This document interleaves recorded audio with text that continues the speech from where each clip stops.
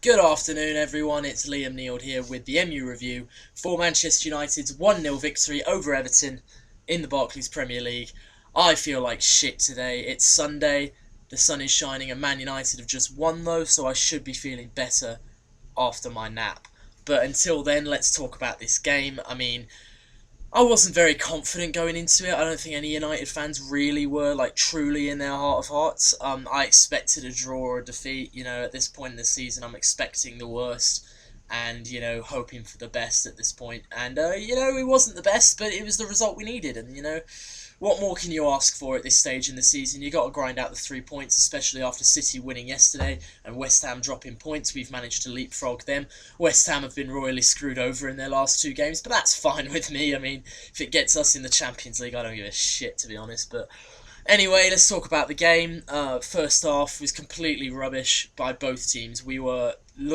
Honestly, you could have fooled you could have fooled me if you had taken all the colour out of the screen and just had me watch the game with the two sets of players, playing like that, and I genuinely would have thought it was a game in the Championship or in West Brom, Sunderland or something like that. We were absolutely dire, and as you can probably tell, I'm not having the brightest of mornings. It took a lot to not go to bed. It took a hell of a lot to not just go to fucking bed during that first half, but made it through the first half. Second half, luckily, was a bit more exciting.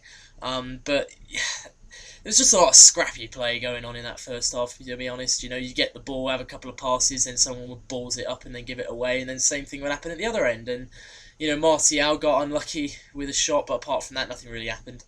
And, so it was pretty dull, drab first half, but second half was a bit better. We got an early goal. It was nice play from, Rashford, Fosu, Mensah and Martial, three of our players who are under the age of 21, if I'm not mistaken, which just makes me feel like a fucking failure. But honestly, as long as someone's doing the trick for Man United, I don't really care. Good link up.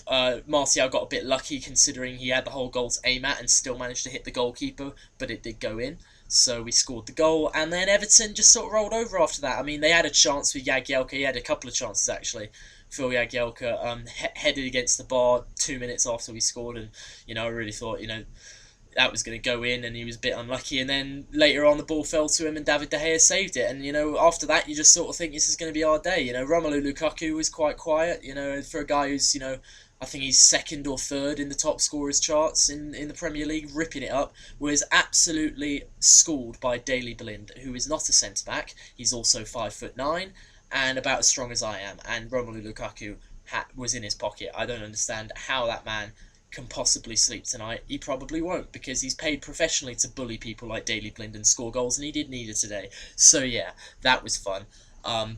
So better in the second half, all in all. We managed the game very well, and ultimately what really made the difference was the quality off the bench. Fosu, Mensah and Herrera were both excellent, and Antonio Valencia made a couple of really key, clearances and tackles late on in the game when Everton were threatening, and, I can't complain. Everton aren't the best team, but they're definitely not the worst team in the division, so beating them is not a given, and we've beaten them twice this year, so I'm happy with that. I'm happy that we've got the points, and, it keeps us in touch with Man City. Like I said, Man City looked like they might finally get their act together. They kicked it into gear against Bournemouth yesterday, ahead of their Champions League match with PSG. I'm really hoping that PSG smack the shit out of Man City. That would be fun.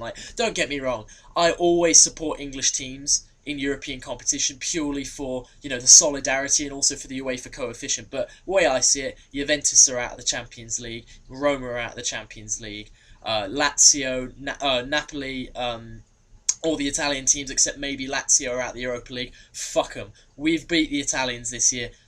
I want Man City to get absolutely raw dog dicked by Zlatan and the crew later on this week, and hopefully that will put their confidence right back at the bottom so we can leapfrog them into fourth place and leave Pep Guardiola with a Europa League side where Man City fucking belong. 20,000 empty seats. Are you fucking sure?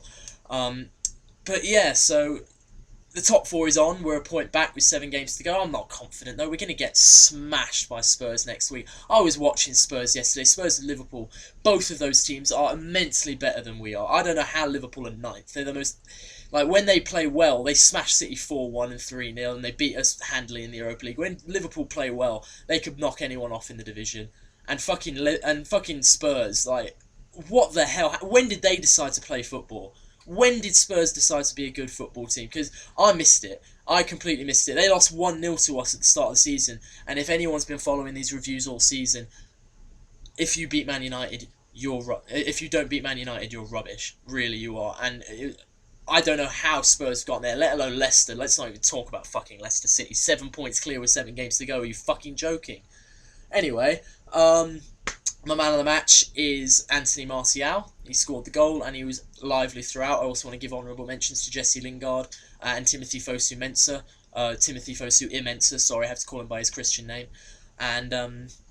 And yeah, you know, roll on Spurs next week. I'm going to watch it with my friend Carson, and he's going to heckle me the entire time while we get anally raped by Harry Kane and the lads down in North London. But anyway, I'll be there watching it, and I'll be on YouTube to review it afterwards. So if you've watched the video, which you must have if you're hearing me say this, thank you. Like, comment, subscribe, do all that nonsense, and I'll see you next week.